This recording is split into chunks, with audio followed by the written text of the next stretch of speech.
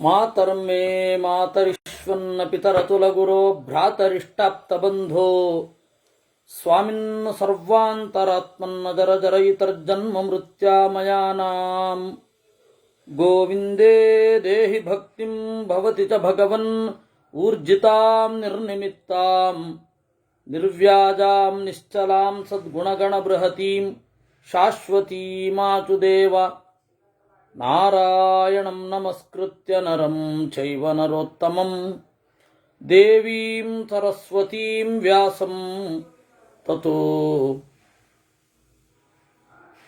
ಜಯಮುದೀರಯೇ ವಿಜಾನತಾಂ ಅವಿತ್ತಸ್ಯ ಮಧ್ವಸ್ಯ ಜಗತಿ ಗುರೋಃ ಪೂರ್ವಾಚಾರ್ಯಮಹಿಷ್ಠಾನಾಮಿಯಂ ಪ್ರಣತಿ ಮಾಲಿಕಾ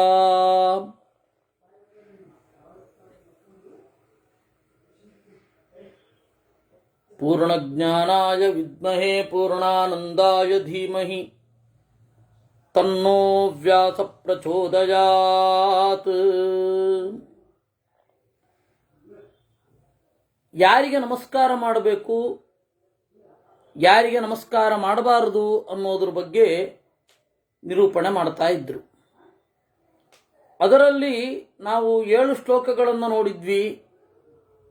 36ನೇ ಅಧ್ಯಾಯದಲ್ಲಿ 36ನೇ ಅಧ್ಯಾಯದ 7ನೇ ಶ್ಲೋಕವನ್ನು ನಾವು ನೋಡಬೇಕು.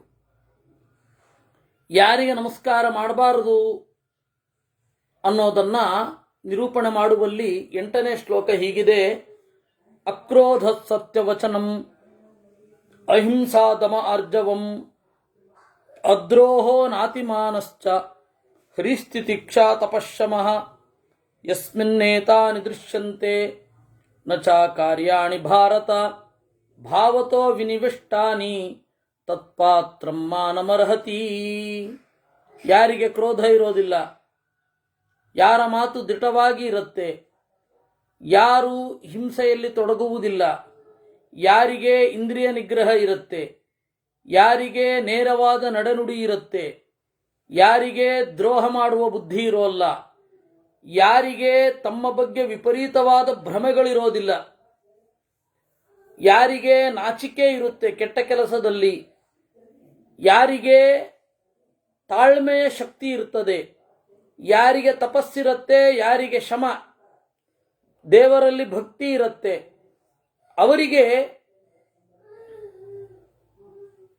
ಮಾನಮರ್ಹತಿ, ಅವರಿಗೆ ಗೌರವಿಸಬೇಕು.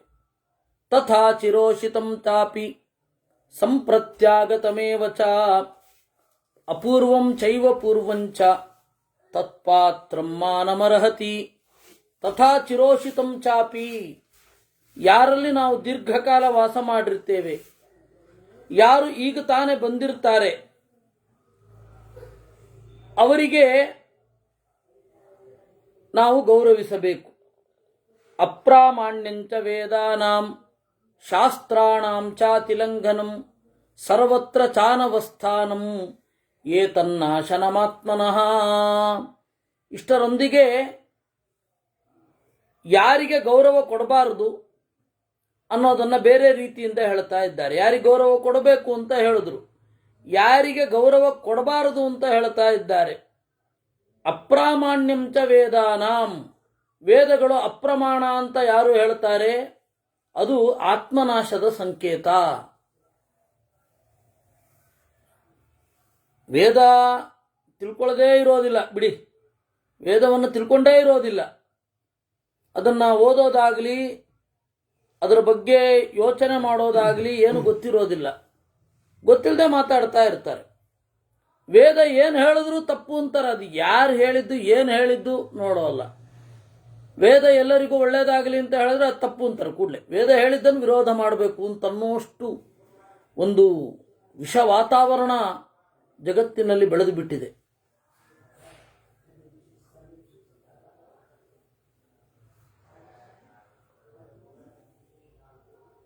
ಈ ಹಿನ್ನೆಲೆಯಲ್ಲಿ ಅಪ್ರಾಮಾಣ್ಯಂಚ ವೇದಾನಾಂ, ವೇದವನ್ನು ಅಪ್ರಮಾಣ ಅಂತ ಅಂದುಬಿಡೋದು.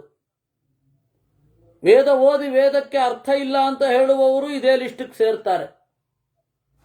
ಸರ್ವತ್ರ ಚಾನವಸ್ಥಾನಂ, ಕಡೆಗೆ ಎಲ್ಲಿಯೂ ಒಂದು ಸಿದ್ಧಾಂತಕ್ಕೆ ಬದ್ಧತೆಯಿಂದ ನಡ್ಕೊಳ್ಳಿಕ್ಕಿಲ್ಲ. ಏತನ್ ನಾಶನ ಮಾತ್ಮನಃ, ಯಾವ ಸಿದ್ಧಾಂತಕ್ಕೂ ಬದ್ಧತೆಯಿಂದ ನಡ್ಕೊಳ್ಳೋಲ್ಲ. ನಾವು ಅದನ್ನು ಹೆಚ್ಚಾಗಿ ನಾಸ್ತಿಕರಲ್ಲಿ ನೋಡುತ್ತೇವೆ. ಯಾವ ಸಿದ್ಧಾಂತಕ್ಕೂ ಬದ್ಧವಾಗಿ ನಡ್ಕೊಳ್ಳೋದಿಲ್ಲ. ನೀವು ಬೌದ್ಧರಾ? ಹೌದು, ಬೌದ್ಧರು ಅಂತ ಹೆಸರು ಹೇಳ್ತಾರೆ, ಆದರೆ ಬೌದ್ಧ ಮತದಂತೆ ನಡ್ಕೊಳ್ಳೋದಿಲ್ಲ. ನಿಯೋ ಬೌದ್ಧಿಸ್ಟ್ ಅಂತ ಹೇಳಿಕೊಂಡು ತಮಗೆ ಬೇಕಾದದ್ದನ್ನು ಮಾಡ್ತಾರೆ.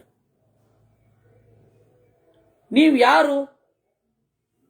ಯಾವ ಮತವನ್ನು ಒಪ್ಪೋಲ್ಲ. ತಮಗೆ ಅನುಕೂಲ ಇದ್ರೆ ಮಾತ್ರ ಒಪ್ತಾರೆ, ಒಂದನ್ನು ವಿರೋಧಿಸ್ಲಿಕ್ಕೆ ಮಾತ್ರ ಇರ್ತಾರೆ. ಫೆಮಿನಿಸಮ್ ಅಂತಾರೆ. ಆ ಫೆಮಿನಿಸಮ್ನ ಒಂದು ಅಳತೆಯಲ್ಲಿ ಅವರು ಹೈಂದವ ಮತವನ್ನು ಮಾತ್ರ ದ್ವೇಷ ಮಾಡ್ತಾರೆ. ನಮ್ಮ ದೇಶ ಭಾರತ ದೇಶವನ್ನು ಮಾತ್ರ ಅವರು ಏನ್ ಮಾಡೋದು. ಯಾವುದೇ ಕಾರಣಕ್ಕೂ ಬೇರೆ ಮತವ ಸಿದ್ಧಾಂತಗಳನ್ನು ಅವರು ಟಾರ್ಗೆಟ್ ಮಾಡೋದೇ ಇಲ್ಲ. ನಸ್ತ್ರೀ ಸ್ವಾತಂತ್ರ್ಯ ಮರಹತಿ ಅಂತನ್ನುವ ಮನುವಿನ ಮಾತನ್ನು ಉತ್ಕಟವಾಗಿ ದ್ವೇಷ ಮಾಡ್ತಾರೆ. ಇಡೀ ಪೂರ್ತಿ ಬುರ್ಖಾದಲ್ಲಿ ಮುಚ್ಚಿರ್ತಾರೆ, ಮಸೀದಿಗೆ ಪ್ರವೇಶ ಇರೋಲ್ಲ. ಆ ಮತವನ್ನು ಇವರು ಟಚ್ಚೇ ಮಾಡೋಲ್ಲ. ಇವೆಲ್ಲ ಸಮಸ್ಯೆಗಳು. ಏನು ಹೇಳೋದು ಇದನ್ನ? ಯಾವ ಮತದಲ್ಲಿಯೂ ಇಲ್ಲ ಅಂತ ತಾನೇ ಅರ್ಥ. ನಿಮ್ಮದನ್ನು ನೀವು ಪೂರ್ತಿಯಾಗಿ ನಡೆಸಿಕೊಂಡಿರಾ? ಇಲ್ಲ. ನಿಮ್ಮ ಸಿದ್ಧಾಂತ ಏನಿದೆ ಅದನ್ನೇ ಮಾಡಿ. ಇದನ್ನ ಹೇಳಿದ್ದು ಮಹಾಭಾರತ. ಸರ್ವತ್ರ ಚ ಅನವಸ್ಥಾನಂ. ಇದು ಏನು ನಮಗೆ ಅವ್ರಿಗೆ ಯಾರಿಗೋ ತೊಂದರೆ ಅಲ್ಲ. ಆತ್ಮನಃ ನಾಶ ನಮ್ಮಂದ್ರು. ಆತ್ಮನಾಶ ಅದು. ಭವೇತ್ ಪಂಡಿತಮಾನೀಯೋ ಬ್ರಾಹ್ಮಣೋ ವೇದ ನಿಂದಕಃ ಆನ್ವೀಕ್ಷಿಕೀಂ ತರ್ಕ ವಿದ್ಯಾಂ ಅನುರಕ್ತೋ ನಿರರ್ಥಿಕಾಂ. ಯಾರು ವೇದ ನಿಂದಕರಿರ್ತಾರೆ ಬ್ರಾಹ್ಮಣರು, ಅವರನ್ನು ಒಪ್ಪಬೇಕಾ ಒಪ್ಪಬಾರದ? ಒಪ್ಪಬೇಡಿ ಅವರನ್ನ ಅಂತಾರೆ. ನಮಸ್ಕಾರ ಮಾಡಬೇಡಿ ಅವರಿಗೆ ಅಂತ ಸ್ಪಷ್ಟವಾಗಿ ಹೇಳುತ್ತಾರೆ. ವೇದ ನಿಂದಕಃ ಬ್ರಾಹ್ಮಣ, ವೇದವನ್ನ ಬಾಯಿಗೆ ಬಂದಾಗ ಬೈಯುವ ಬ್ರಾಹ್ಮಣ ಇದ್ರೆ ಅವನನ್ನ ಒಪ್ಪಬೇಡಿ. ಮಧ್ವರು ಅದನ್ನೇ ಹೇಳಿದ್ದು, ಭಾಗವತವೂ ಅದನ್ನೇ ಹೇಳೋದು. ಗೊತ್ತಲ್ಲ ನಿಮ್ಗೆಲ್ಲರಿಗೂ ಗೊತ್ತು, ನಾ ಏನು ಹೇಳಬೇಕಾಗಿಲ್ಲ. ವಿಪ್ರಾದ್ ದ್ವಿಷಡ್ಗುಣಯುಧಾದ್ ಅರವಿಂದನಾಮ ಪಾದಾರವಿಂದ ವಿಮುಖಾತ್ ಶ್ವಪಚಂ ವರಿಷ್ಠಂ ಅಂತಾರೆ. ಶ್ವಪಚ ಅಂದ್ರೆ ಚಂಡಾಲ. ದೇವರಲ್ಲಿ ಭಕ್ತಿ ಇರುವ ಚಂಡಾಲನನ್ನಾದರೂ ಗೌರವಿಸಿ, ಆದರೆ ಬ್ರಾಹ್ಮಣನನ್ನಲ್ಲ. ದೇವರಲ್ಲಿ ಭಕ್ತಿ ಇರದ ಬ್ರಾಹ್ಮಣನನ್ನಲ್ಲ. ಮಧ್ವಾಚಾರ್ಯರು ಅದನ್ನೇ ಹೇಳಿದ್ರು. ಹರಿಭಕ್ತ ವನುಚ್ಚಸ್ತು ವರ್ಣೋಚ್ಚೋ ನಾತಿ ಪೂಜ್ಯತೆ. ಆಚಾರ್ಯರ ಒಂದು ಮಾತು. ಹರಿಭಕ್ತವು ಅನುಚ್ಚಸ್ತು, ದೇವರಲ್ಲಿ ಭಕ್ತಿ ಇಲ್ಲದಿದ್ದರೆ ಬ್ರಾಹ್ಮಣನನ್ನೂ ಗೌರವಿಸಬೇಡಿ. ದೇವರಲ್ಲಿ ಭಕ್ತಿ ಇದ್ರೆ ವರ್ಣಹೀನೋ ಹರಿಪ್ರಿಯ ಅಂತ. ವರ್ಣಹೀನನಾಗಿರಲಿ, ಅವನನ್ನ ಗೌರವಿಸಿ. ಇದು ಆಚಾರ್ಯರು ಹೇಳಿದ ಮಾತು.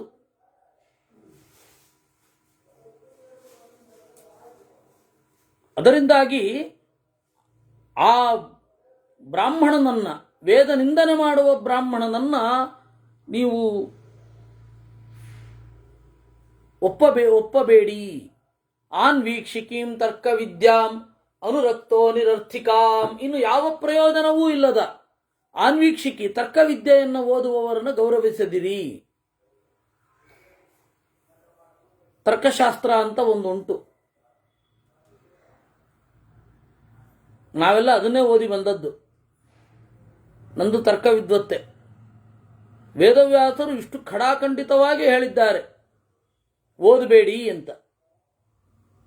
ಏನು ಪ್ರಯೋಜನವೂ ಇಲ್ಲ, ವೇದಾಂತಕ್ಕೂ ಪ್ರಯೋಜನ ಇಲ್ಲ. ಇಲ್ಲಿ ಹೇಗೆ ಹೇಳ್ತಾರೆ ಅಂದರೆ ಎಲ್ಲರೂ ಇಲ್ಲ ಇದು ಇಲ್ಲದೆ ಹೋದರೆ ಅದು ಅರ್ಥ ಆಗಲ್ಲ ಅಂತಾರೆ. ಪರಿಭಾಷೆಗೆ ಒಂದು ದಿನಕರಿ ತನಕವೋ ಅಥವಾ ಕಾರಿಕಾವಳಿ ತನಕವೋ ಸಾಕು ವಾಸ್ತವವಾಗಿ.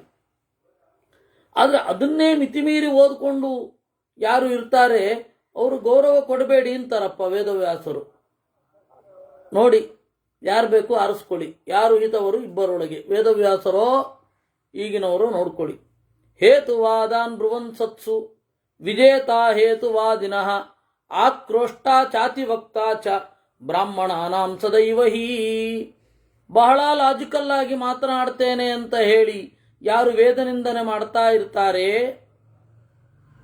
ಸಭೆಯಲ್ಲಿ ಗೆದ್ದು ಗೆದ್ದು ಗೆದ್ದು ಗೆದ್ದು ಗೆದ್ದು ಯಾರು ಆಕ್ರೋಶದಿಂದ ನಡ್ಕೊಳ್ತಾ ಇರ್ತಾರೆ, ಯಾರು ಬಾಯಿ ಮೇಲ್ ಮಾಡಿ ಬೇರೊಬ್ಬರ ಬಾಯನ್ನು ಮುಚ್ಚಿಸ್ತಾನೆ, ವಾದ ಅನ್ನೋದು ಆತ್ಮಜ್ಞಾನಕ್ಕೆ ಪೋಷಕವಾಗದೇ ಯಾರ್ದಿರತ್ತೆ ಅವರಿಗೆ ನಮಸ್ಕಾರ ಮಾಡಬೇಡಿ. ಸರ್ವಾನುಚಂಕಿ ಮೂಢಶ್ಚ ಬಾಲಕ ಕಟುವಾಗಪಿ ಬೋದ್ಧವ್ಯಸ್ತಾದೃಶಸ್ತ್ವಾತ ನರಶ್ವಾನಂ ತಹಿ ತಂ ವಿದುಹು. ಸರ್ವಾನುಚಂಕಿ, ಏನು ಹೇಳಿದ್ರು ಆಶಂಕೆ ಮಾಡ್ತಾ ಕೊಡ್ತಾರೆ, ಏನು ಹೇಳಿದ್ರು ಶಂಕೆ, ವಿಕಲ್ಪ ಮಾಡಿ ಶಂಕೆ ಮಾಡೋದು. ವಿಕಲ್ಪ ಅಂತನ್ನೋದು ಪರಿಚಯ ನಿಮಗಿಲ್ಲ ಪ್ರಾಯ. ಏನು ಹೇಳಿದ್ರು ವಿಕಲ್ಪ ಮಾಡಬಹುದು. ಸರಳವಾದ ಶಬ್ದದ ಅರ್ಥವನ್ನ ವಿಕಲ್ಪ ಮಾಡಿಬಿಡಬಹುದು, ಗೊಂದಲ ಆಗತ್ತೆ. ಓಶೋದೊಂದು ತಮಾಷೆ ಕತೆ ಹೇಳಲಿಯೇ ನಿಮಗೆ? ಸೆಂಟಿಪಿಡ್ ಗೊತ್ತಲ್ಲ, ಸಹಸ್ರಪದಿ, ಚೇರಂಟೆ ಅಂತ ಕರೀತಾರೆ. ಹಳೆ ಮೈಸೂರು ಕಡೆ ಒನಕೆ ಬಂಡಿ ಹುಳು ಅಂತ ಕರೀತಾರೆ. ಬಹಳ ಕಾಲಿರುತ್ತೆ, 1000 ಪದಿ, ಸಹಸ್ರಪದಿ ಅಂತ ಹೇಳ್ತಾರೆ. ಅದು ಹಿಂಗೆ ಮುಟ್ಟಿದ್ರೆ ಕೂಡಲೇ ಸುತ್ತಾಕೊಂಡ್ಬಿಡತ್ತೆ, ಕೋಡ್ಬಳೆ ಥರ ಇರುತ್ತೆ. ಆ ತರಹದ್ದು ಒಂದು ಉದ್ದ ಹುಳ ಅದು ನಡ್ಕೊಂಡು ಹೋಗ್ತಾ ಇತ್ತಂತೆ. 6 ಕಾಲಿನ ಸೊಳ್ಳೆ ಅದನ್ನ ನೋಡಿ ಹೇಳಿತಂತೆ, ನೀನು ಮೊದಲು ಯಾವ ಕಾಲಿಡ್ತಿ, ಯಾವ ಕಾಲಿಡ್ತಿ ಹೇಳು. ಅದು ಕನ್ಫ್ಯೂಸ್ ಆಗಲಿಕ್ಕೆ ಶುರು ಆಯಿತು. ನಡೆಯೋದೇ ನಿಂತು ಹೋಯ್ತಂತೆ. ನಡೆಯೋದು ಸರಳ ಕ್ರಿಯೆ, ಆದರೆ ಕನ್ಫ್ಯೂಸ್ ಮಾಡ್ಲಿಕ್ಕೆ ಹೋದ್ರೆ ಇದನ್ನೆಲ್ಲ ತಗೊಂಡ್ಬಿಡುವುದು. ಈ ರೀತಿ ಸರ್ವಾನುಶಂಕಿ, ಅನುಶಂಕ ಅಂತಂದ್ರೆ ಹೀಗೆ ಬೇರೊಬ್ಬರಿಗೆ ಗೊಂದಲಗೆಡಿಸುವ ಹಾಗೆ ವಿಕಲ್ಪಗಳನ್ನ ಮಾಡೋದು ಬೇಡ, ಅದನ್ನ ಅಂತಾರೆ. ಇನ್ನು ಬುದ್ಧಿಯಲ್ಲಿ ಬಾಲಕನಂತೆ ಇರುವವ, ಬೆಳೆದೇ ಇಲ್ಲ ಅವನಿಗೆ ನಮಸ್ಕಾರ ಮಾಡಬೇಡಿ. ಕಟುವಾಕ್,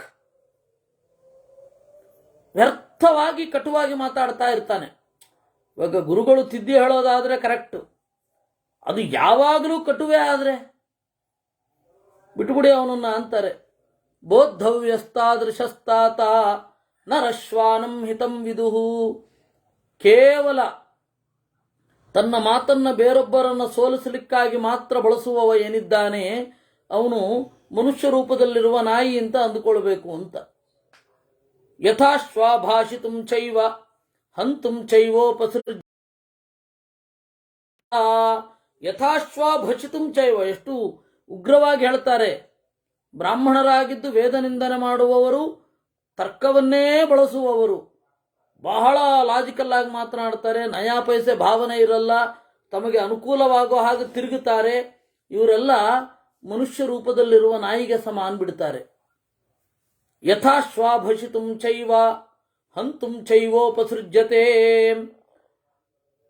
ಹೇಗೆ ನಾಯಿ ಭಷಿತುಂ ಚೈವ ಬೊಗಳ್ಲಿಕ್ಕೆ, ಹಂತುಂ ಕೊಲ್ಲಲಿಕ್ಕೆ, ಬೇಟೆಗೆ ಉಪಯೋಗ ಆಗತ್ತೆ, ಆ ರೀತಿ ಇವರು ಮಾತಿನಲ್ಲಿ ಬೇರೊಬ್ಬರ ತೇಜೋವಧೆ ಮಾಡಲಿಕ್ಕೆ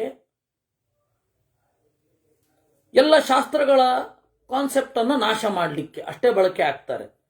ಅಲ್ಪಶ್ರುತಾ ಕುತರ್ಕಾಶ್ಚ ದೃಷ್ಟಾ ಸ್ಪೃಷ್ಟಾ ಕುಪಂಡಿತಾ ಶ್ರುತಿ ಸ್ಮೃತಿ ಚೇತಿಹಾಸ ಪುರಾಣಾರಣ್ಯವೇದಿನಃ ಅನುರುಂಧ್ಯಾತ್ ಬಹುಜ್ಞಾನ್ಶ್ಚ ಸಾರಾಂಶ್ಚೈವ ಸಾರಜ್ಞಾನ್ಶ್ಚೈವ ಪಂಡಿತಃ. ಇವರೆಲ್ಲ ಅಲ್ಪಜ್ಞರು, ಜಾಸ್ತಿ ಶಾಸ್ತ್ರಶ್ರವಣ ಮಾಡಿರಲ್ಲ, ಶಾಸ್ತ್ರಶ್ರವಣವೇ ಮಾಡಿರಲ್ಲ. ಅಲ್ಪಶ್ರುತಾ ಕುತರ್ಕಾಶ್ಚ, ಕೆಟ್ಟ ತರ್ಕಗಳನ್ನ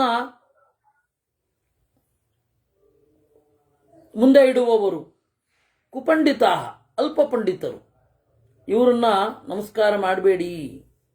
ಸರಿ, ಯಾರನ್ನ ನಾವು ಹೇಗೆ ಉಪಸಕ್ತಿ ಮಾಡಬೇಕು, ಯಾರನ್ನ ನಮಸ್ಕರಿಸಬೇಕು, ಯಾರನ್ನ ಗೌರವಿಸಬೇಕು? ಶ್ರುತಿ ಸ್ಮೃತಿ ಚೇತಿಹಾಸ, ಶ್ರುತಿಯನ್ನು ತಿಳಿದವರು ವೇದ, ಸ್ಮೃತಿಯನ್ನು ತಿಳಿದವರು ಇತಿಹಾಸ ಪುರಾಣ, ಅರಣ್ಯ ಅಂದರೆ ಆರಣ್ಯಕ ಉಪನಿಷತ್ತು, ಅದನ್ನು ಯಾರು ತಿಳಿದವರಿರ್ತಾರೋ, ಬಹಳವನ್ನ ಯಾರು ತಿಳಿದಿರ್ತಾರೆ, ಎಲ್ಲ ಶಾಸ್ತ್ರಗಳಿಗೂ ವೇದಾಂತದ ಸ್ಪರ್ಶ ಇರಬೇಕು. ವೇದಾಂತದ ಸ್ಪರ್ಶ, ಬೇರೆ ಶಾಸ್ತ್ರಗಳನ್ನು ಓದದೇ ಹೋದರೂ ಪರವಾಗಿಲ್ಲ. ಉದಾಹರಣೆಗೆ ಎಷ್ಟೋ ಶಾಸ್ತ್ರಗಳಿರುತ್ತೆ, ಶಿಲ್ಪಶಾಸ್ತ್ರ ಓದದೇ ಹೋದ್ರೆ ಏನು ನಷ್ಟ ಏನಿಲ್ಲ. ವೇದಾಂತ ಬಿಡಬೇಡಿ. ಹಾಗೆ ಎಲ್ಲ ಅಂಗಶಾಸ್ತ್ರಗಳು ಅಷ್ಟೇ, ವೇದಾಂತ ಬಿಡಬೇಡಿ. ಆ ಅಂಗಶಾಸ್ತ್ರವೇ ದೊಡ್ಡದಾಗ್ಬಿಟ್ಟು ವೇದಾಂತ ತಲೆ ಮೇಲೆ ಎತ್ತು ಕೂತ್ಕೊಂಡ್ಬಿಡ್ಬಾರ್ದು, ಆ ಥರ ನೋಡ್ಕೊಳ್ಳಿ. ಅನುರುಂಧ್ಯಾತ್ ಬಹುಜ್ಞಾನಶ್ಚ ಸಾರಜ್ಞಾನ್, ಅವನು ತಿಳಿದವನು.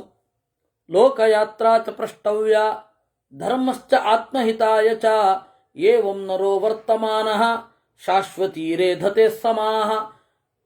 ಇದನ್ನು ಹೇಗೆ ಬಳಸಿಕೊಳ್ಳುವವ ಬೆಳಿತಾನೆ. ಲೋಕಯಾತ್ರಾ ಚ ಪ್ರಷ್ಟವ್ಯ, ಜನರ ನಡೆ ಏನು, ಯಾವ ನಡೆ ಅನ್ನೋದು ಮಿತವಾಗಿ ಹಿತವಾಗಿ ಇರುತ್ತೋ ಅಷ್ಟು ಸಾಕು. ಇದೇ ಧರ್ಮದ ಅಂತಿಮ ನಿರ್ಣಯ. ಟೆಕ್ಸ್ಟ್ ಬುಕ್ ಶಾರ್ಟ್ಸ್ ಅಂತಾರಲ್ಲ, ಆ ತರಹ ನೀವು ಎಲ್ಲರ ನಡೆನುಡಿಯನ್ನು ಹೇಳಲಿಕ್ಕಾಗಲ್ಲ. ಯಾಕೆಂದರೆ ಚಿಕ್ಕ ಚಿಕ್ಕದರಲ್ಲಿ ಅನೇಕ ಪ್ರಭೇದಗಳಿರುತ್ತೆ, ಅನೇಕ ಸಂಗತಿಗಳಿರುತ್ತೆ. ಇವಾಗ ಸರ್ವಸಮ್ಮತವಾದ ಒಂದು ಆಚಾರ ಅಂತ ಎಲ್ಲೂ ಇರಲ್ಲ. ಕೆಲವೊಂದು ದೇಶದಿಂದ ಬಂದವುಗಳು. ಈಗ ಯಾವ ಎಣ್ಣೆಯಲ್ಲಿ ಅಡಿಗೆ ಮಾಡಬೇಕು ಅಂತ, ಆ ದೇಶದಲ್ಲಿ ಯಾವುದನ್ನು ಸ್ವೀಕರಿಸಿದ್ರೆ ಆ ಹವೆಗೆ ಒಳ್ಳೆಯದೋ ಆ ಎಣ್ಣೆಯಲ್ಲಿ ಅಡಿಗೆ ಮಾಡಿ ಅಷ್ಟೇ. ಅದನ್ನು ನೀವು ಶಾಸ್ತ್ರ ಹುಡ್ಕೊಂಡು ಹೋದ್ರೆ ಪ್ರಯೋಜನ ಇಲ್ಲ. ಶುಚಿ, ಇಷ್ಟು ಶುಚಿ ಅಂತ ಹೇಳಿ ಒಂದು ಕಲ್ಪನೆ ಇರುತ್ತೆ. ತೀವ್ರ ತೊಂದರೆ ಆಗದ ಹಾಗೆ ನೋಡಿಕೊಂಡ್ರೆ ಆಯ್ತು. ಅದೆಲ್ಲವೂ ಕೂಡ ಅಲ್ಲಲ್ಲಿಗೆ ಸಂಬಂಧಪಟ್ಟದ್ದು. ನೀವು ಎಲ್ಲರಿಗೂ ಒಂದೇ ಥರ ಇರಬೇಕು ಅಂತಂದ್ರೆ ಆಗೋದೇ ಇಲ್ಲ. ಹಾಗೆ ಅನೇಕ ಸಂಗತಿಗಳು, ಕೆಲವೊಂದು ಸಾಧಾರಣವಾದ ಎಲ್ಲರಿಗೂ ಬೇಕಾದ, ಎಲ್ಲರೂ ಒಪ್ಪಲೇಬೇಕಾದ ಕೆಲವೊಂದು ಸಂಗತಿ ಇರುತ್ತೆ. ಕೆಲವೊಂದು ಸಂಗತಿ ಹಂಗಿರಲ್ಲ. ಆಯಾ ದೇಶಕ್ಕೆ ಆಯಾ ಕಾಲಕ್ಕೆ ಅನುಗುಣವಾಗಿ ಸ್ವಲ್ಪ ಬದಲಾವಣೆ ಮಾಡಿಕೊಂಡಿರ್ತಾರೆ. ಈ ಹಿನ್ನೆಲೆಯಲ್ಲಿ ಲೋಕಯಾತ್ರಾಚ ಪ್ರಷ್ಟವ್ಯ. ಇನ್ನು ಧರ್ಮಶ್ಚ ಆತ್ಮಹಿತಾಯಚ, ಧರ್ಮ ಅನ್ನೋದು ತನಗೆ ಹಿತ ಆಗಬೇಕು. ಧರ್ಮ ಅನ್ನೋದೇ ಬರಡನ್ನಾಗಿ ತನಗೆ ಅಹಿತ ಆಗಿಬಿಟ್ರೆ, ಕೆಲವೊಬ್ಬರು ಇರ್ತಾರೆ ನಿಮಗೆ ಗಾಬರಿಯಾಗುವಷ್ಟು ವಿಚಿತ್ರ ಪ್ರಾಣಿಗಳು ಇರ್ತಾರೆ. ಅವ್ರು ಯಾಕಾಗಿ ಏನು ಇರಬೇಕು ಅನ್ನೋದೇ ಗೊತ್ತಿಲ್ಲ ಅವರಿಗೆ.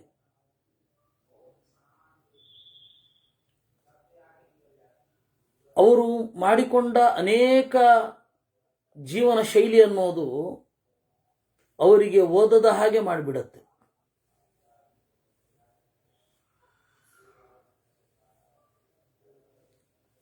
ಶಾಸ್ತ್ರವನ್ನು ತಿಳಿಯದಂತೆ ಮಾಡಿಬಿಡತ್ತೆ. ಅವರಿಗೆ ಕಡೆಗೂ ಶಾಸ್ತ್ರಕ್ಕೆ ಪ್ರವೇಶ ಸಿಗೋದೇ ಇಲ್ಲ, ಹಾಗೆ ಹೊರಟೋಗ್ತಾರೆ ಅವರು. ಅದರಿಂದ ಆತ್ಮಹಿತಾಯ ಧರ್ಮ,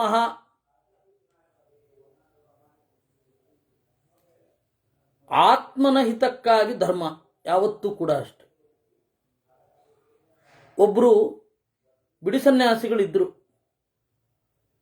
ಅವರು ಬಾವಿಯಲ್ಲಿ ಸ್ನಾನ ಮಾಡೋದಾದ್ರೆ 21 ಕೊಡ ಮಾಡಲೇಬೇಕು. ಮಧ್ವ ಸರೋವರದಲ್ಲಿ ಸ್ನಾನ ಮಾಡ್ತಾರೆ ಅಂದ್ರೆ 108 ಮುಳುಗು ಹಾಕಲೇಬೇಕು. ಫೈನ್ 2 ದಿವಸ ಮಾಡಿದ್ರು, 108 ಮುಳುಗು. ಮಾರನೇ ದಿವಸ ಮಣಿಪಾಲ್ ಹಾಸ್ಪಿಟಲ್ ಅಲ್ಲಿದ್ರು. ಇವೆಲ್ಲ ಓವರ್. ಇದು ಯಾವ ಆತ್ಮಹಿತ ಧರ್ಮ? ಅವ್ರಿಗೆ ಇವತ್ತು ಶಾಸ್ತ್ರವನ್ನ ಚೆನ್ನಾಗಿ ನೋಡ್ಲಿಕ್ಕಾಗಿಲ್ಲ. ಈ ತರಹದ ಗೃಹಸ್ಥರು ಬೇಕಷ್ಟು ಜನ ಇದ್ದಾರೆ, ಮುಟ್ಟಾಳರು.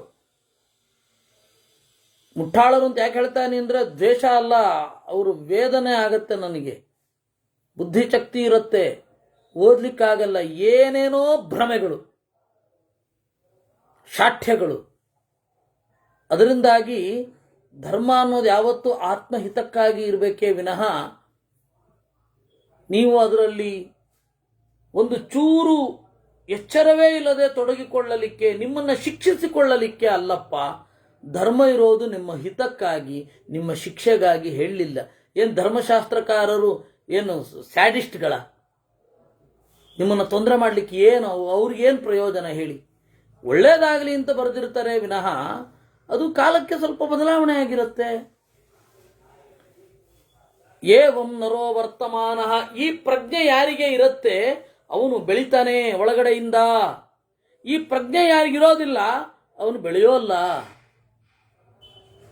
ಯಾಕೆಂದ್ರೆ ಆತ್ಮದ ಬೆಳವಣಿಗೆ ಅನ್ನೋದು ದೇವರಲ್ಲಿ ಭಕ್ತಿ. ದೇವರಲ್ಲಿ ಭಕ್ತಿ,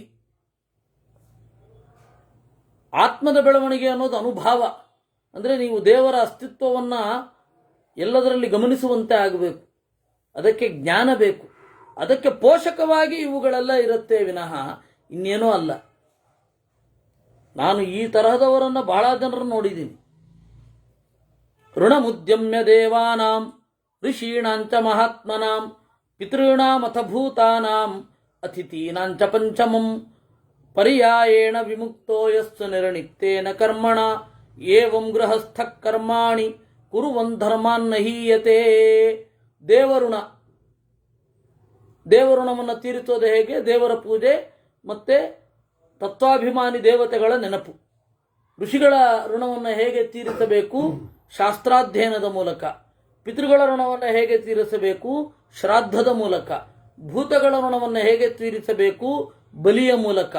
ಅತಿಥಿಗಳನ್ನು ಹೇಗೆ ಪೂಜಿಸಬೇಕು? ಅತಿಥಿಗಳ ಋಣವನ್ನು ಹೇಗೆ ಪರಿಹಾರ ಮಾಡಿಕೊಳ್ಬೇಕು?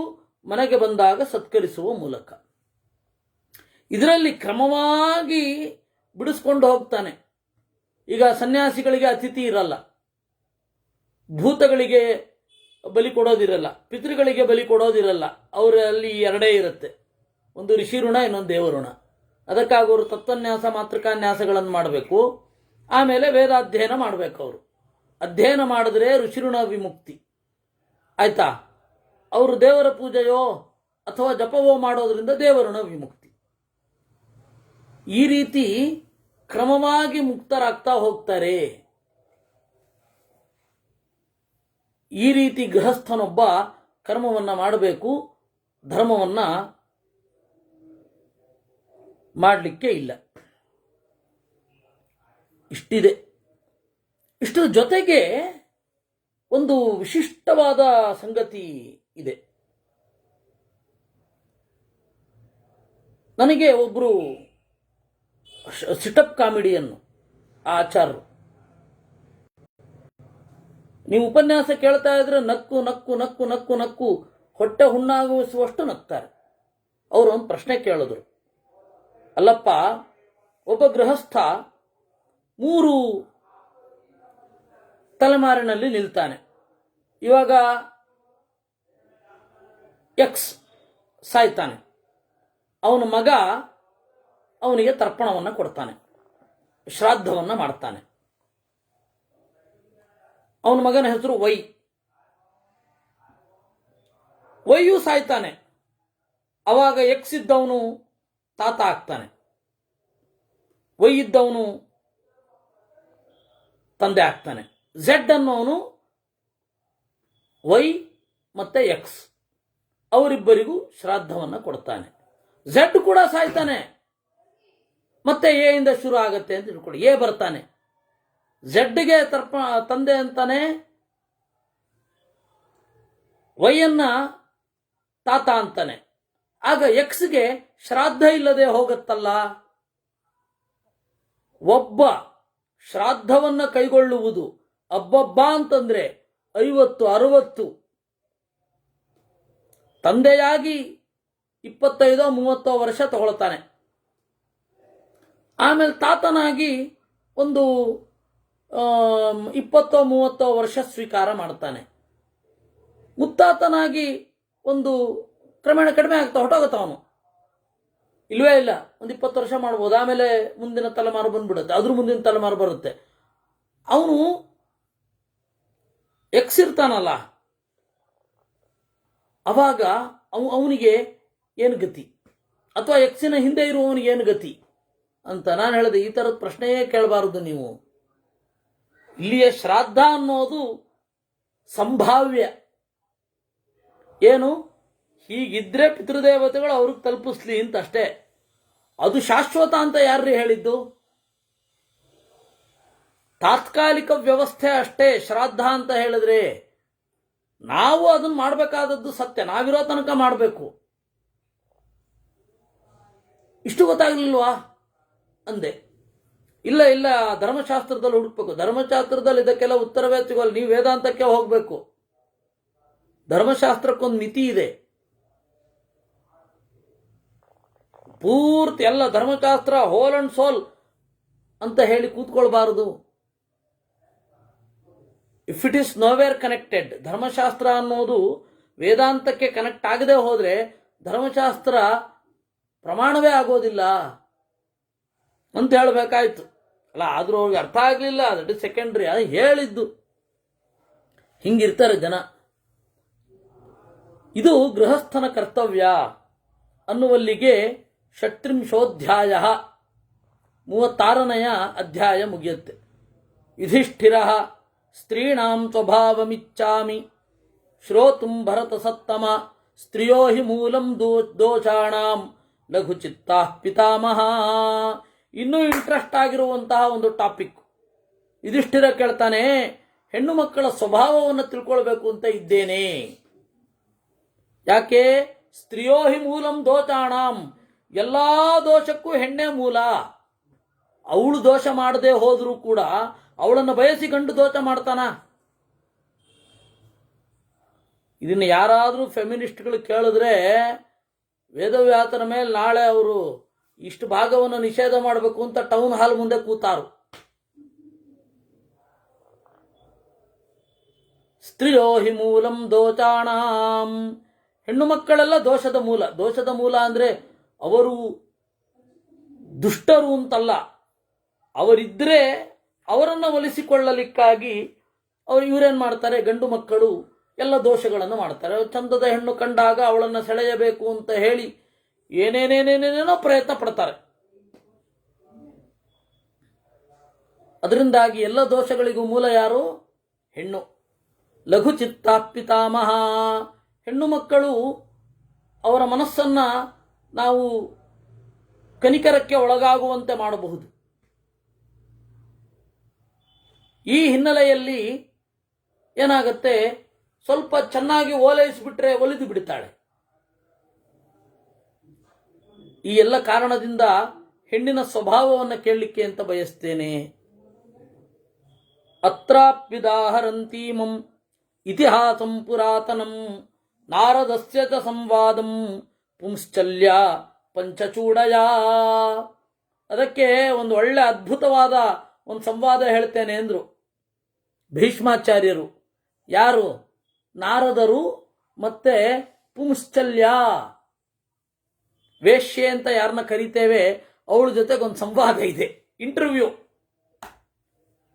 ಈಗಿನ ಪತ್ರಕರ್ತರು, ಈಗಿನ ಪಾಡ್ಕಾಸ್ಟ್ ಮಾಡುವವರು ಮಾಡೋ ಕೆಲಸನ ನಾರದರು ಅವತ್ತೇ ಮಾಡಿಬಿಟ್ಟಿದ್ದಾರೆ.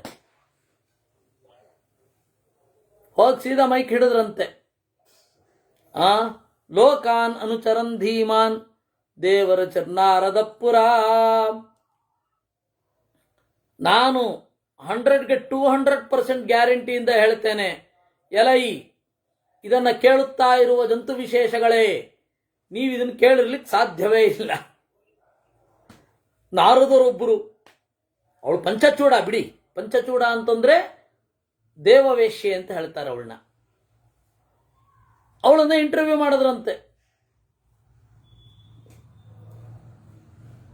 ದದರ ಶಾಪ್ಸರಸಂ ಬ್ರಾಹ್ಮೀಂ ಪಂಚಚೂಡಾಂ ಅನಿಂದಿತಾಂ. ಆದ್ರೆ ಪಂಚಚೂಡೆ ಅನಿಂದಿತ, ಅವಳಿಗೆ ಯಾವ ದೋಷವೂ ಇಲ್ಲ. ಯಾಕಂದ್ರೆ ಬ್ರಹ್ಮದೇವರ ಸೃಷ್ಟಿಯೇ ಹಾಗೆ, ಅವರಿಲ್ಲ ಹಾಗೆ. ಅಪ್ಸರೆಯರಿಗೆ ದೋಷ ಇಲ್ಲ. ತಾಂ ದೃಷ್ಟ್ವಾ ಚಾರುತರವಾಂಗಿ ಪಪ್ರಚ್ಛ ಅಪ್ಸರಸಂ ಮುನಿಃ. ಸೀದಾ ಹೋಗಿ ನಾರದರು ಅವಳನ್ನ ಇಂಟರ್ವ್ಯೂ ಮಾಡಬೇಕಾದ್ರೆ ಫಸ್ಟ್ ಶುರು ಮಾಡಿದ್ರಂತೆ. ಸಂಶಯೋ ಹೃದಯೇ ಕಶ್ಚಿತ್ ತನ್ಮೇ ಬ್ರೂಹಿಸು ಮಧ್ಯಮೇ ನೋಡಿ, ಇವಳು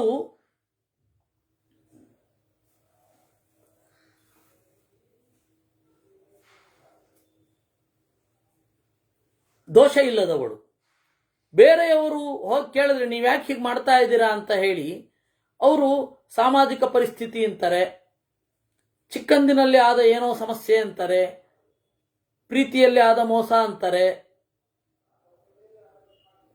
ಅನುಕಂಪೆ ಬರೋ ಹಾಗೆ ಹೇಳ್ಕೋತಾರೆ. ಇವಳಿಗದ್ರ ಅಗತ್ಯ ಇಲ್ವಲ್ಲ, ಅದಕ್ಕೆ ನಿಂದಿತ ಅಲ್ಲ. ನಾವು ಯಾರೇ ನಿಂದಿತವಾದ ಕೆಲಸವನ್ನು ಹೋಗಿ ಮಾಡಿದ್ರೂ ಕೂಡ ಏನೋ ಅದಕ್ಕೊಂದು ಸಮರ್ಥನೆ ಇರುತ್ತೆ ಅವ್ರ ಹತ್ರ. ನೀವು ದೊಡ್ಡ ದೊಡ್ಡ ಡಾನ್ಗಳನ್ನು ಇಂಟರ್ವ್ಯೂ ಮಾಡಿ ಯಾಕೆ ನೀವು ಈ ದಾರಿಗೆ ಬಂದ್ರಿ ಅಂದ್ರೆ ಅವರು ಸಮಾಜನ ಬೈತಾರೆ. ಅವರು ತಪ್ಪು ಮಾಡಿರ್ತಾರೆ, ಆದರೆ ಸಮಾಜನ ಬೈತಾರೆ. ಸಮಾಜ ತಪ್ಪು ಮಾಡುತ್ತೆ ಅಥವಾ ನಿಮಗೆ ನಿಮ್ಮ ಪರಿಸರದಲ್ಲಿರೋ ಯಾವನೋ ಒಬ್ಬ ತಪ್ಪು ಮಾಡ್ತಾನೆ ಅಂತಂದ್ರೆ ನೀವು ಅದನ್ನ ಮುಂದುವರಿಸ್ಕೊಂಡು ಹೋಗೋದೇನು?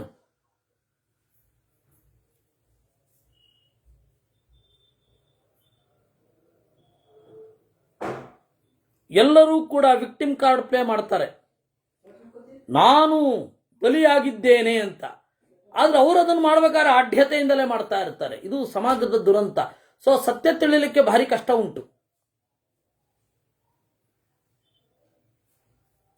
ಯಾವ ಪಾತಕಿ ತಾನೇ ತನ್ನನ್ನ ವಿಕ್ಟಿಮ್ ಕಾರ್ಡ್ ಪ್ಲೇ ಮಾಡದೆ ಹೇಳ್ಕೊತಾನೆ. ಅದಕ್ಕೆ ತಕ್ಕ ಹಾಗೆ ಆಹಾ ಆ ಫಿಲಮ್ನವರು ಅವ್ರಿಗೆ ಮೊದಲು ತಗೊಂಡು ಬಡಿಬೇಕು ಎರಡು. ಅವ್ರು ಏನು ಹೇಳ್ತಾರೆ, ಅವನು ಏನೇ ತಪ್ಪು ಮಾಡಿದ್ರು ಕೂಡ ಯಾವುದೇ ಒಬ್ಬ ವ್ಯಕ್ತಿ ಹುಟ್ಟಿನಿಂದ ಒಳ್ಳೆಯವನು ಅಲ್ಲ ಕೆಟ್ಟವನು ಅಲ್ಲ, ಏನ್ ಮಾಡತ್ತೆ ಸಮಾಜ ಹಾಗೆ ಮಾಡತ್ತೆ ಅಂತಾರೆ. ಅಪ್ಪ ಇವನು ಸಮಾಜದಲ್ಲೇ ಸೇರಿದಂತಾನೆ. ಆಯ್ತು, ಸಮಾಜ ಕೆಟ್ಟದಾಗಿದ್ರೂ ಕೂಡ ಒಳ್ಳೆಯವನಾಗಿಯೇ ರೂಪುಗೊಂಡವನ್ನ ಯಾಕೆ ತೋರಿಸಲ್ಲ ನೀವು? ಯಾಕೆಂದ್ರೆ ಪ್ರೊಡ್ಯೂಸರ್ಸ್ ಎಲ್ಲ ಅಂತವ್ರೆ ಅಲ್ವೇ? ಹೀಗಾಗಿ ಅವರೆಲ್ಲರೂ ನಿಂದಿತರು.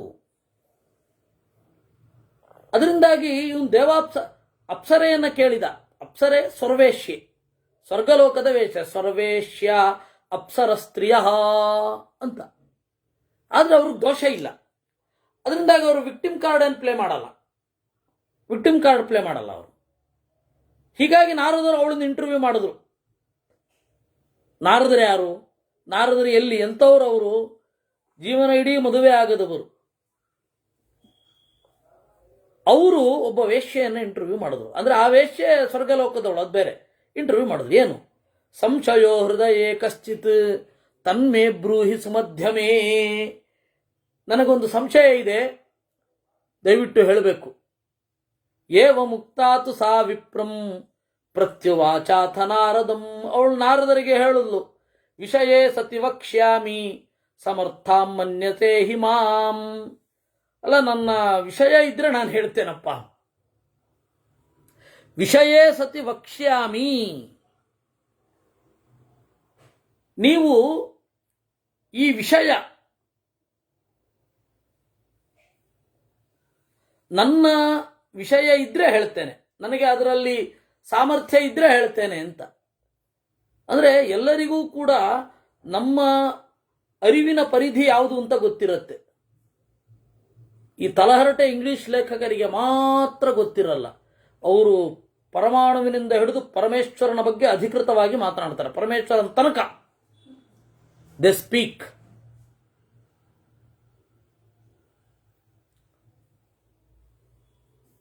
ನಾನು ಯಾವತ್ತೂ ಹೇಳೋದುಂಟು, ಸಂಸ್ಕೃತದವರು ಎಷ್ಟೋ ಬೆಸ್ಟ್ ಕಣ್ರಿ. ಅವ್ರು ಎಲ್ಲ ವಿಚಾರದಲ್ಲಿ ಅಧಿಕೃತ ಅಂತ ಮಾತನಾಡಲ್ಲ. ಆದರೆ ಇಂಗ್ಲಿಶಿನ ಬಡ್ಡಿ ಮಕ್ಕಳಿದ್ದಾರಲ್ಲ, ಅವರು ಎಲ್ಲ ವಿಚಾರದ ಬಗ್ಗೆನೂ ಮಾತನಾಡ್ತಾರೆ, ಎಲ್ಲ ಗೊತ್ತು ಅಂತ ಅನ್ಕೊಂಡ್ಬಿಟ್ಟಿರ್ತಾರೆ. ವಿಶೇಷತಃ ಒಂದು ಜ್ಞಾನಪೀಠ ಪ್ರಶಸ್ತಿಯೋ ಒಂದು ಕೇಂದ್ರ ಸಾಹಿತ್ಯ ಅಕಾಡೆಮಿಯ ಪ್ರಶಸ್ತಿಯೋ ಬಂದುಬಿಟ್ರೆ ಅವರನ್ನ ಮೀರಿಸೋರು ಇನ್ನೊಬ್ರು ಇರಲ್ಲ. ಅವಳೇ ಹೇಳ್ತಾಳೆ ನೋಡಿ, ವಿಷಯೇ ಸತಿ ವಕ್ಷ್ಯಾಮಿ ಸಮರ್ಥಾಂ ಮನ್ಯಸೇ ಹಿಮಾಂ. ನೀವು ಪ್ರಶ್ನೆ ನನಗೆ ಕೇಳ್ತಾ ಇದ್ದೀರಾ, ನಾನು ಹೇಳಬಲ್ಲೆ ಅಂತ ನಿಮಗನ್ಸಿದ್ಯಾ? ಕೇಳಿ. ಇಲ್ಲ ಅಂದ್ರೆ ಇಲ್ಲ. ನ ತ್ವಾಮ ವಿಷಯೇ ಭದ್ರೇ ನಿಯೋಕ್ಷ್ಯಾಮಿ ಕಥಂಚನ ಸ್ತ್ರೀಣಾಂ ಸ್ವಭಾವಮಿಚ್ಛಾಮಿ ತ್ವತ್ತ ಶ್ರೋತುಂ ವರಾನನೇ.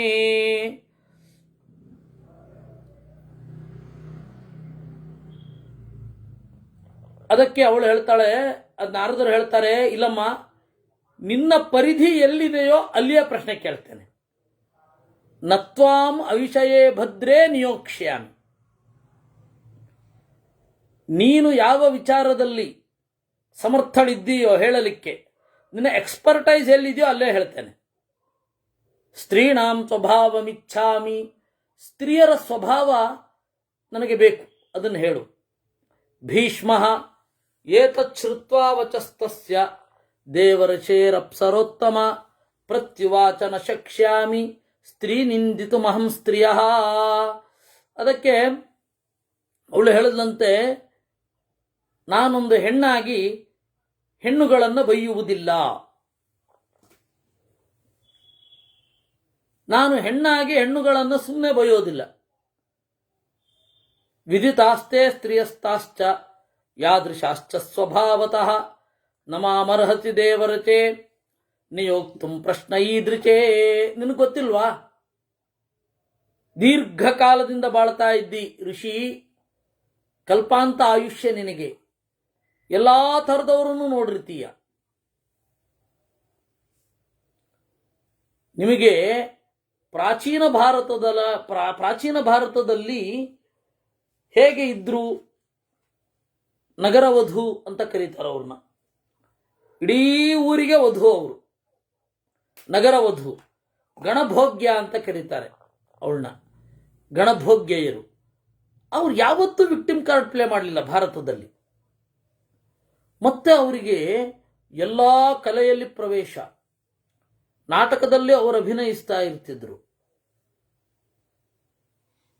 ಅದರಿಂದಾಗಿ ಅವ್ರು ಯಾವತ್ತೂ ವಿಕ್ಟಿಮ್ ಕಾರ್ಡ್ ಪ್ಲೇ ಮಾಡಲಿಲ್ಲ. ಚಾಣಕ್ಯ ವಿಶೇಷವಾಗಿ ಹೇಳ್ತಾನೆ, ಅವರಿಗೆ ಹೆಚ್ಚಿನ ಟ್ಯಾಕ್ಸ್ ವಿಧಿಸಬೇಕು. ಯಾಕೆ ಅಂದರೆ ಅವರಿಗೆ ಪೆನ್ಷನ್ ಕೊಡಬೇಕು. ಆಮೇಲೆ ರೂಪಾಜೀವಿಗಳವರು, ರೂಪದಿಂದ ಬದುಕುವವರು, ರೂಪ ಮಸುಳಿದರೆ ಏನು ಮಾಡಬೇಕು? ಅದರಿಂದಾಗಿ ಅವರ ದುಡಿಮೆಯ ಕಾಲದಲ್ಲಿ ಹೆಚ್ಚು ಟ್ಯಾಕ್ಸ್ ವಸೂಲಿ ಮಾಡಬೇಕು, ಆಮೇಲೆ ಅವರನ್ನು ನೋಡ್ಕೊಳ್ಬೇಕು ಸರ್ಕಾರ ಅಂತ ಹೇಳ್ತಾನವನು ಚಾಣಕ್ಯ. ನಮಗವೆಲ್ಲ ಗೊತ್ತೇ ಇಲ್ಲ ಬಿಡಿ. ನಮಗೆ ಅರ್ಥವಾಗದೇ ಇರುವಂತಹ 5 ಗಂಟೆ 3 ಗಂಟೆ ಅನುವಾದವನ್ನು ಕೇಳಿ ಚಪ್ಪಾಳೆ ತಟ್ಟೋದಷ್ಟು ಗೊತ್ತು. ನಮಗೆ ಇದು ಐಡಿಯಾನೇ ಇಲ್ಲ. ಹೀಗೊಂದು ಕೇಳಬಹುದು, ಹೀಗೊಂದು ಚಿಂತನೆ ಮಾಡಬೇಕು, ಗೊತ್ತಿರಬೇಕು ಅನ್ನೋದು ಗೊತ್ತಿಲ್ಲ. ಚಾಣಕ್ಯ ಹೇಳ್ತಾನೆ ಅರ್ಥಶಾಸ್ತ್ರದಲ್ಲಿ. ಇದನ್ನು ನೀವು ಪ್ರಶ್ನೆ ಮಾಡಿದಾಗ, ಭಾರತದ ಬಗ್ಗೆ ಆಕ್ಷೇಪ ಮಾಡಿದಾಗ ಉತ್ತರ ನಮಗಾದ್ರೂ ಗೊತ್ತಿರಬೇಕು. ಅದರಿಂದಾಗ ಅವಳು ಹೇಳ್ತಾಳೆ, ನಿಮಗೆಲ್ಲ ಗೊತ್ತಲ್ಲ, ನಾನು ಏನು ಹೇಳೋದು, ನನ್ನ ಪ್ರಶ್ನೆ ಕೇಳಬೇಡಿ ಅಂತಂದ್ಲು ಅವಳು. ಒಬ್ಬ ಮಠದ ಸ್ವಾಮಿ ಬಂದು ಈ ತರಹ ಪ್ರಶ್ನೆ ಮಾಡಿದ್ರೆ ಹೆಣ್ಮಕ್ಳು ಏನು ಮಾಡಬೇಕು? ಮೊದಲು ಬೇಡ ಅಂತ ಕಾಣುತ್ತೆ ಅವರಿಗೆ. ಹಾಗೆ ನಾರದರ ಲೆವೆಲ್ ಎಂಥದ್ದು? ಬ್ರಹ್ಮನ ಮಕ್ಕಳು ಅವ್ರು ಕೇಳ್ತಾ ಇರೋದು ಯಾರನ್ನ? ಒಬ್ಬ ಅಪ್ಸರೆಯರನ್ನ. ಅಪ್ಸರೆಯರ ಸ್ಥಾನ ಎಲ್ಲಿ? ಸೀದಾ 30-31 ತನಕ ಹೋಗುತ್ತೆ ಕಕ್ಷೆಯಲ್ಲಿ ಹೇಳಿದ್ದು. ನಾರದರ ಸ್ಥಾನ ಯಾವುದು? ಅವರು ಇವ್ರನ್ನ ಕೇಳ್ತಾರೆ. ಅದರಿಂದಾಗಿ ಯಾವ ಎತ್ತರದವರು, ಅವ್ರಿಗಿಂತ ಎಷ್ಟು ಕೆಳಗಡೆ ಇರುವ ಕಕ್ಷೆಯಲ್ಲಿ, ತಾರತಮ್ಯದಲ್ಲಿ ಕೆಳಗಡೆ ಇರುವ ಅಪ್ಸರೆಯರನ್ನ ಇಂಟರ್ವ್ಯೂ ಮಾಡ್ತಾರೆ. ಏನಿದು ಸ್ತ್ರೀಯರ ಸ್ವಭಾವವನ್ನು ಸ್ತ್ರೀಯರೇ ಹೇಳಿದ್ರೆ ಅದು ಅಧಿಕೃತ ಹೇಳಿ ಅಂತ. ತಾಮುವಾತ ಸದೇವರುಚಿ ಸತ್ಯಂ ವದ ಸುಮಧ್ಯಮೇ ಮೃಷಾವಾದೇ ಭವೇದ್ದೋಷಃ ಸತ್ಯೇ ದೋಷೋ ನ ವಿದ್ಯತೆ. ಆಗ ನಾರದರು ಹೇಳ್ತಾರೆ, ಸುಮಧ್ಯಮೇ ಸತ್ಯಂ ವದ, ಸತ್ಯ ಹೇಳು, ನಾನು ನಿನ್ನನ್ನು ಬಿಡೋದಿಲ್ಲ. ಮೃಷಾವಾದೇ ಭವೇದ್ದೋಷಃ, ಸುಳ್ಳು ಹೇಳಿದ್ರೆ ದೋಷ. ಸತ್ಯೇ ದೋಷೋ ನ ವಿದ್ಯತೆ, ಸತ್ಯ ಹೇಳಿದ್ರೆ ದೋಷವಿಲ್ಲ. ಇತ್ಯುಕ್ತಾತಾ ಕೃತಮತಿ ಅಭವಚ್ಚಾರುಹಾಸಿನಿ ಸ್ತ್ರೀ ದೋಷಾನಶ್ಚ ಮತಾನ್ ಸತ್ಯಾನ್ ಭಾಷಿತುಂ ಸಾ ಪ್ರಚಕ್ರಮೇ. ಆಗ ಅವಳು ಸತ್ಯವಾದದ್ದನ್ನ ಹೇಳಲಿಕ್ಕೆ ಶುರು ಮಾಡಿದಳು. ಕುಲೀನಾ ರೂಪವತ್ಯಶ್ಚ ನಾಥವತ್ಯಶ್ಚ ಯೋಷಿತಃ ಮರ್ಯಾದಾತು ನ ತಿಷ್ಠಂತಿ ಸದೋಷ ಸ್ತ್ರೀಷು ನಾರದ. ಸಾಮಾನ್ಯವಾಗಿ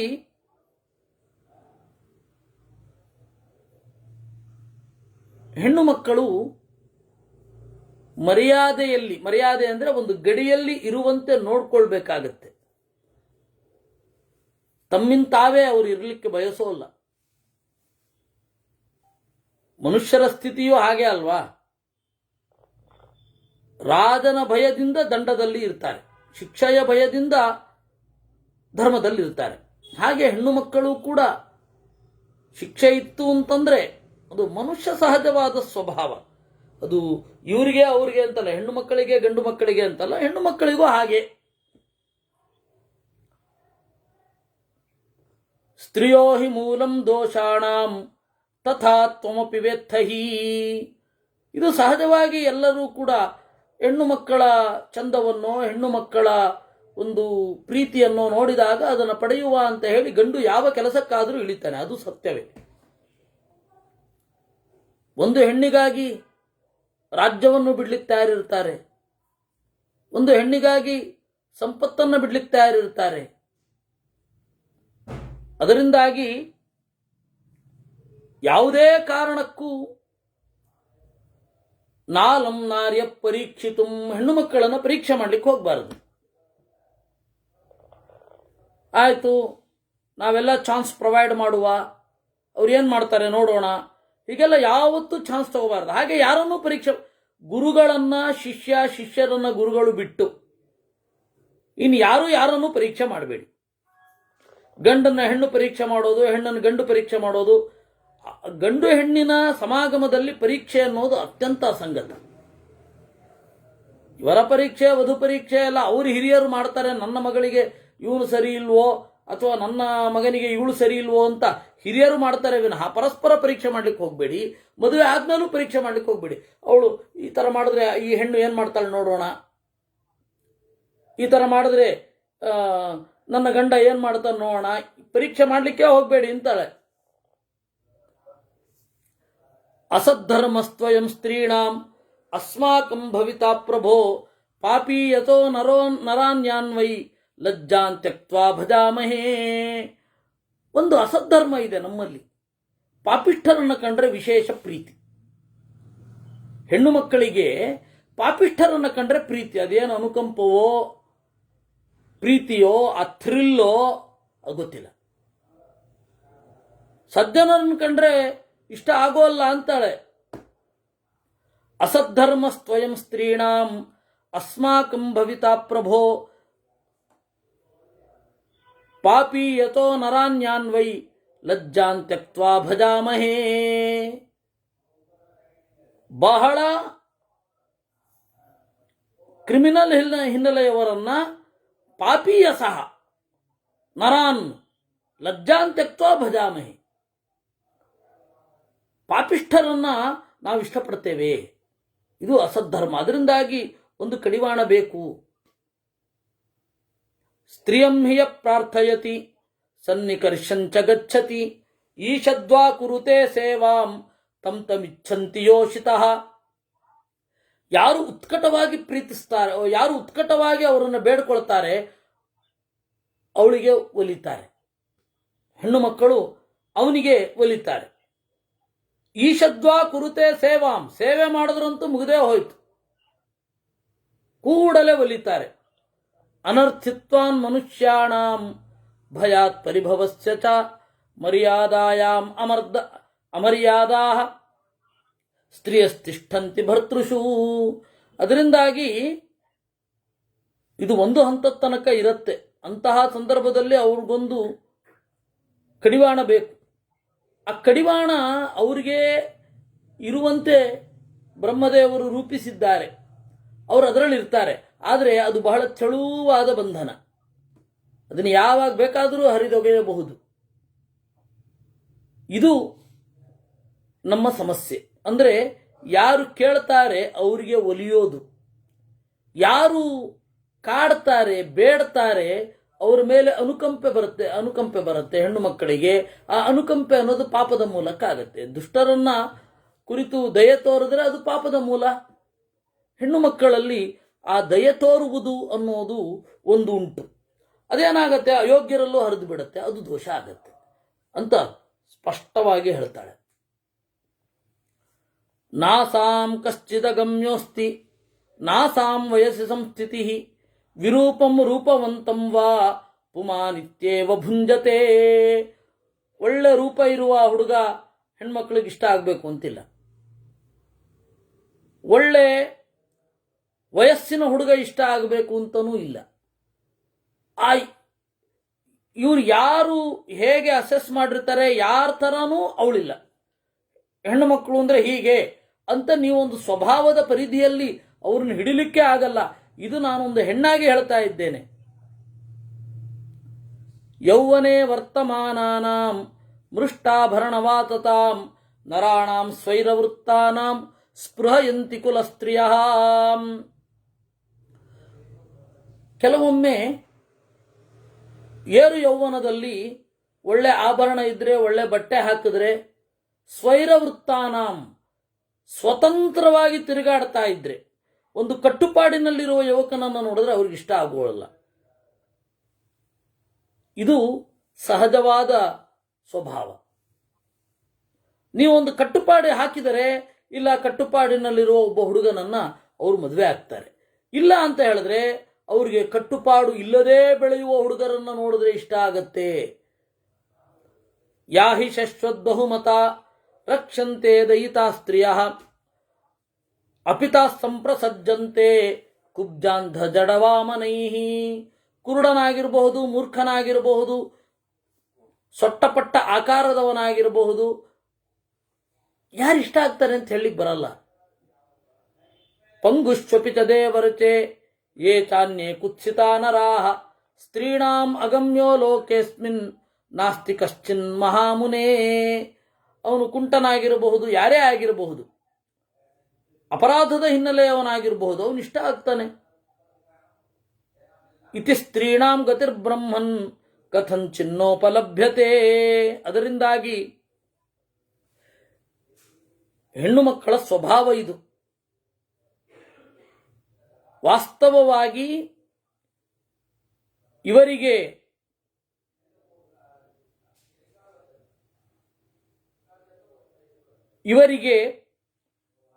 ಒಂದು ಕಟ್ಟುಪಾಡು ಇರಬೇಕು, ಒಂದು ಮಟ್ಟದ ಕಟ್ಟುಪಾಡು ಇರಬೇಕು. ತೀರ ಪೀಡಿಸೋದಂತಲ್ಲ, ಒಂದು ಮಟ್ಟದ ಕಟ್ಟುಪಾಡು ಇರಬೇಕು ಅಂತ ಪಂಚಚೂಡೆಯೇ ಹೇಳ್ತಾಳೆ. ಸ್ವಯಂ ಗುಪ್ತಾ ಭವಂತಿತಾಹ. ಅವರಿಗೊಂದು ತಮ್ಮನ್ನು ತಾವೇ ರಕ್ಷಣೆ ಮಾಡಿಕೊಳ್ತಾರೆ. ಅವಿವೇಕಿಗಳು ಅಂತ ವೇದವ್ಯಾಸರೇನು ಹೇಳೋಲ್ಲ. ಹೆಣ್ಣು ಮಕ್ಕಳೆಲ್ಲ ಅವಿವೇಕಿಗಳು, ಹೆಣ್ಣು ಮಕ್ಕಳೆಲ್ಲ ದುರಾಚಾರರು ಅಂತ ಹೇಳಲಿಲ್ಲ. ಯಾಕಂದ್ರೆ ಮಹಾಭಾರತದ ಉದ್ದೇಶ ಕುಂತಿಯ, ದ್ರೌಪದಿ, ಗಾಂಧಾರಿ ಅಂತಹವರ ಮಹತ್ವವನ್ನು ಹೇಳೋದೆ. ಅದರಿಂದಾಗಿ ಪ್ರಾಯೇಣ ಇತ್ಯವಗಮ್ಯತಾಂ, ಇದು ಸಾಮಾನ್ಯವಾಗಿ ಹೀಗೆ. ಹೆಣ್ಣು ಮಕ್ಕಳಲ್ಲಿ ಮಹಾತ್ಮರಿಲ್ಲ ಅಂತ ಹೇಳ್ತಾ ಇರೋದಿಲ್ಲ. ಅದಕ್ಕೆ ಪ್ರಾಯೇಣ ಇತ್ಯವಗಮ್ಯತಾಂ. ಈ ಹಿನ್ನೆಲೆಯಲ್ಲಿ ಪ್ರಾಜ್ಞಸ್ಯ ಪುರುಷಸ್ಯೇಹ ಯಥಾಭಾವ ತಥಾ ಸ್ತ್ರೀಯ. ಪುರುಷರಲ್ಲಿ ಪ್ರಾಜ್ಞವಂತರು ಹೇಗೆ ಕಡಿಮೆಯೋ ಹೆಣ್ಣು ಮಕ್ಕಳಲ್ಲಿಯೂ ಪ್ರಾಜ್ಞವಂತರು ಕಡಿಮೆ. ಪ್ರಾಜ್ಞವಂತರಿಲ್ಲ ಅಂತ ಹೇಳಿಲ್ಲ, ಕಡಿಮೆ ಅಂದ್ರು. ಹಾಗಾದ್ರೆ ಪುರುಷರಲ್ಲಿಯೂ ಕಡಿಮೆ. ಅವಳು ಹೇಳ್ತಾ ಇದ್ದಾಳೆ ಸ್ಪಷ್ಟವಾಗಿ. ಈ ಹಿನ್ನೆಲೆಯಲ್ಲಿ ನಾವು ಹೀಗಿದ್ದೇವೆ. ಯತಃ ಪುಮಾಂಸ ಪ್ರಮದಾಶ್ಚ ನಿರ್ಮಿತಾ ತತಶ್ಚ ಕಡೇ ಮಾತು ಯತಶ್ಚ ಭೂತಾನಿ ಮಹಾಂತಿ ಪಂಚ. ಯಾವ ಬ್ರಹ್ಮದೇವರಿಂದ ಪಂಚಭೂತಗಳು ಸೃಷ್ಟಿಯಾಗಿವೆಯೋ, ಯಾವ ಬ್ರಹ್ಮದೇವರಿಂದ ಯತಶ್ಚ ಲೋಕ ವಿಹಿತಾ ವಿಧಾತ್ರ, ಎಲ್ಲ ಲೋಕಗಳು ಸೃಷ್ಟಿಯಾಗಿದೆಯೋ, ಯಾರು ಪುರುಷರನ್ನ ಸೃಷ್ಟಿ ಮಾಡಿದನೋ ಅವನೇ ಸ್ತ್ರೀಯರನ್ನು ಸೃಷ್ಟಿ ಮಾಡಿರೋದು. ಅದರಿಂದಾಗಿ ತತಶ್ಚ ದೋಷ ಪ್ರಮದಾಸು ನಾರದ. ಅದರಿಂದಾಗಿ ಹೆಣ್ಣು ಮಕ್ಕಳಲ್ಲಿ ಏನು ದೋಷ ಇದೆಯೋ ಅದೇ ಗಂಡು ಮಕ್ಕಳಲ್ಲೂ ಇರೋದು. ನೋಡಿ ಕಡೆ ಟ್ವಿಸ್ಟು. ಹೆಣ್ಣು ಮಕ್ಕಳಲ್ಲಿ ಏನು ದೋಷ ಇದೆಯೋ ಗಂಡು ಮಕ್ಕಳಲ್ಲಿಯೂ ಅದೇ ದೋಷ ಇರೋದು. ಗಂಡು ಮಕ್ಕಳಲ್ಲಿ ಏನು ದೋಷ ಇದೆಯೋ ಅದೇ ದೋಷ ಹೆಣ್ಣು ಮಕ್ಕಳಿನಲ್ಲಿಯೂ ಇರೋದು. ಆದರೆ ಗಂಡು ದೋಷ ಮಾಡಲಿಕ್ಕೆ ಹೆಣ್ಣು ತಟಸ್ಥವಾಗಿಯೂ ಪ್ರಚೋದಕಾಳಾಗೋಗ್ತಾಳೆ. ಅವಳು ನೋಡಿದ್ರೆ ಸಾಕು ದೋಷ ಮಾಡಬೇಕು ಅನ್ಸುತ್ತೆ. ಆ ದೃಷ್ಟಿಯಲ್ಲಿ ಹೇಳಿದ್ದೇ ವಿನಃ ಹೆಣ್ಣು ಮಕ್ಕಳೇ ದುಷ್ಟರು ಅಂತ ಹೇಳಲಿಲ್ಲ ಅಂತ ಹೇಳಿ ಪಂಚಚೂಡ ಅಂತನ್ನುವ ಅಪ್ಸರೆ ಹೇಳಿದ್ದು. ಇನ್ನು ಮುಂದುವರಿಯುತ್ತೆ. ಹೆಣ್ಣು ಮಕ್ಕಳೆಲ್ಲ ಹೇಗೆ ಅಂತಿನ್ನು ಕೇಳುತ್ತಾನೆ. ಅದಕ್ಕೆ ಬೇರೆ ಬೇರೆ ಕಥೆಗಳನ್ನು ಅವರು ಹೇಳುತ್ತಾರೆ.